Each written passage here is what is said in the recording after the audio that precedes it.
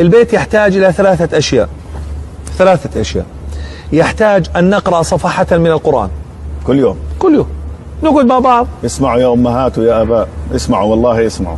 نجلس مع بعض، فكل واحد يقرأ صفحة من القرآن. صفحة القرآن تحتاج دقيقتين على الساعة دقيقتين.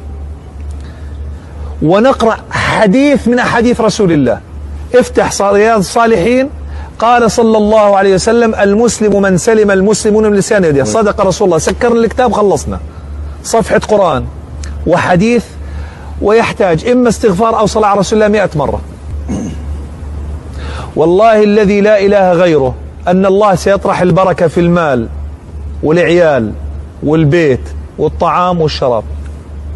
طبقوا يا أمة محمد. سيطرح الله البركة، سنجد البركة في المال والعيال والبيت والطعام والشراب. ما شاء الله.